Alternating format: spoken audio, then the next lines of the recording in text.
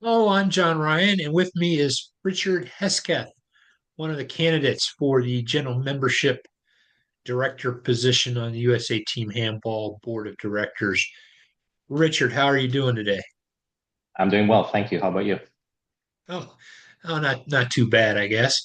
Getting ready for Christmas. Yeah, Um, yeah, well, busy time. Yeah. yeah. Well, let's cut right to it. I sent you some questions ahead of time. Don't really know you. Tell me a little No. bit about your handball background.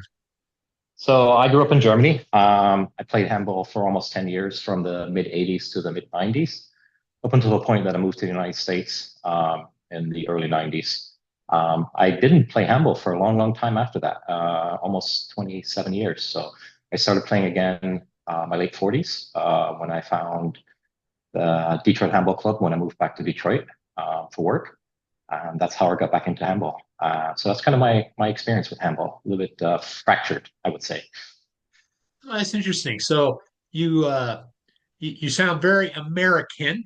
Um, uh, no trace of an accent that I can hear, but yet you grew up in Germany. So I assume you speak fluent German and kind of have a foot in both cultures.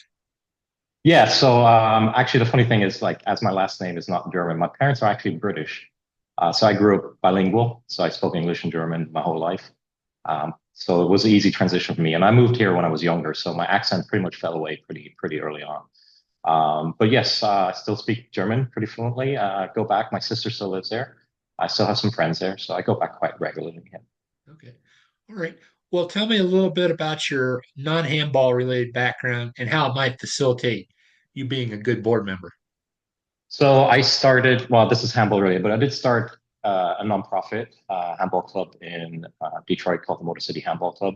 Um, Even though it's handball related, I've been doing a lot of training on board because we are a nonprofit. So we have a board that is established. And I will fully admit that when we started out, that I wasn't quite aware of all the do's and don'ts that come with that. So I've been going through um, the ins and outs of it. I'm lucky to have a person that's helping me who does it professionally. So he's giving me a lot of information on governance, the duties, responsibilities, talks about conflict of interest, and all these other things that are very important to have a board that can be trusted by the membership. Because the one thing he keeps stressing to me is that the board is there to serve the mission and the membership. That's really its priority. So doing all the things necessary to instill trust is very, very important. And following the procedures and rules is very important to accomplishing that. As to my personal background, I have a master's degree in fine art. So I'm actually a trained ceramicist. And I taught at university for 10 years. Before switching my career, I work now for Ford as a clay modeler. So I work in the automotive industry designing new cars, which is a fun job. In terms of my practical experience in these professions is a lot about working with other people to achieve goals and understanding that we're better off when we work together. Um, that community building, collaborative efforts, all these things are very, very important to accomplish the missions that are set out. So, yeah. Fair enough. And I think you kind of already touched on a little bit, but let's go into the specifics as to why you want to be a board member.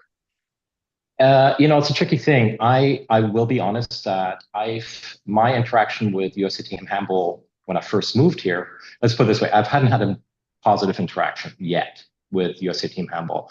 So when I first moved here, I reached out a few times, and this is mid 90s. So obviously the people in power at the time, the systems in place, obviously the internet was still developing, so the information wasn't readily available. But I got pretty much no help, no response in any kind in trying to figure out what the handball situation was in the United States. Obviously, that's a long time ago, so that's whatever. But having been now part of the community for about 4 years, my interactions have been non-existent in a way that I feel is unfortunate, being in the club community here.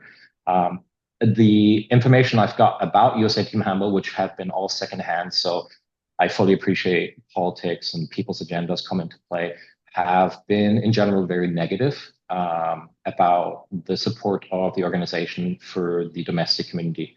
Um, So my motivation was to see if I can be an active voice for the more domestic needs, having created a club, understanding the difficulties that most of us face, gives me an insight in what we need here. Obviously, I know the organization has a much bigger mission statement than building local clubs. I've gone through all the documentations of the strategic from 2018 to 2028. So I appreciate that the organization has more needs than just helping local clubs, but I feel that more can be done that helps the pipeline that they keep talking about, helps the building towards the greater vision of a top six finish in 2028, as the mission statement clearly outlines in the first paragraph, right? Um, so that's part of it. But I also feel from an organizational standpoint, I find it unfortunate. I think one of your questions obviously is going to follow up on this, is that what has happened over the last year of a governance that doesn't seem to be working together. That is more about, I want to say acrimony, but it seems not very a positive environment. Of I understand where I come from, and being interested in being working with other people and being collaborative, of understanding that when we work together, we can achieve more than when we fight against each other. And I feel that history has shown that USA Team Handball has not done that particularly well. And I'm hoping that being part of that, I can be an active supporter of being more of a community that builds together instead of works against each other. All right. Well, you did touch on it a little bit, but let's get into you touched on both of the follow-up questions here, where Yeah, I picked a couple areas that I thought were highly relevant, and I wanted to get your opinion.